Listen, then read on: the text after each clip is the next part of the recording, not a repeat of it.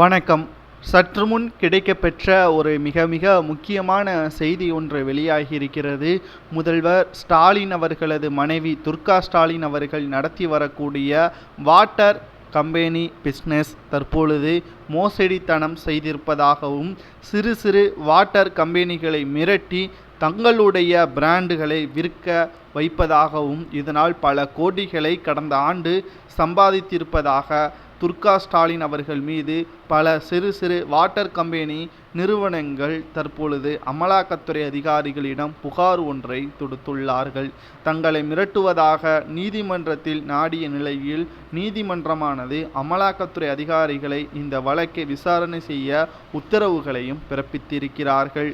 அமலாக்கத்துறை அதிகாரிகள் பல முறை கோபாலபுர குடும்பத்தின் விசாரணையில் பல கட்ட தகவலையும் சேகரித்திருப்பதால் துர்கா ஸ்டாலின் அவர்கள் நடத்தி வரக்கூடிய ஸ்பிரிங்ஸ் என்ற வாட்டர் கம்பெனி நிறுவனம் தற்பொழுது மிகப்பெரிய அளவில் நடத்தப்பட்டு வருவதாகவும், சிறு சிறு கம்பெனிகள் அவர்களது பெயரில் இருந்தாலும் இவர்களது கம்பெனி வாட்டரை தான் விற்க வற்புறுத்துவதாகவும், ஆட்சி அதிகாரங்கள் தங்களது கையில் இருப்பதால் எடப்பாடி பழனிசாமி அவர்கள் இதனை வெளிப்படையாக திமுகவிற்கு எதிராக குரல்களையும் கொடுத்து வருகிறார். திமுகவில் ஸ்டாலினாக இருக்கட்டும், உதயநிதியாக இருக்கட்டும், கிருத்திகா உதயநிதி அவர்களது மருமகளாக இருக்கட்டும், தற்பொழுது ஸ்டாலின் அவர்களது மனைவி துர்கா ஸ்டாலின் கூட மக்களை ஏமாற்றும் வகையில் கிட்டத்தட்ட விலைபோகாத வாட்டர் தற்பொழுது அதிக விலைக்கு விற்க சொல்வதாக மிரட்டுவதாகவும், இதனால் கமிஷன் கூட சரியான முறையில் எங்களுக்கு கிடைக்கவில்லை,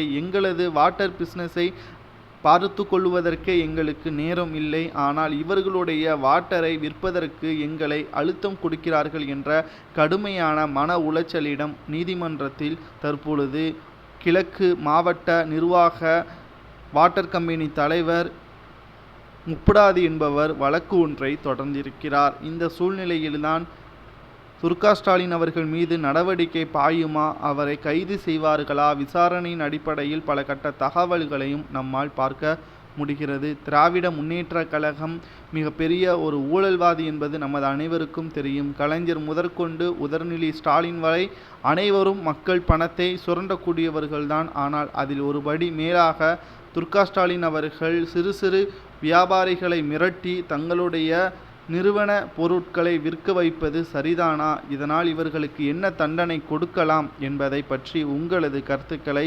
மறக்காம கமெண்ட் வாயிலாக கூறுங்கள்.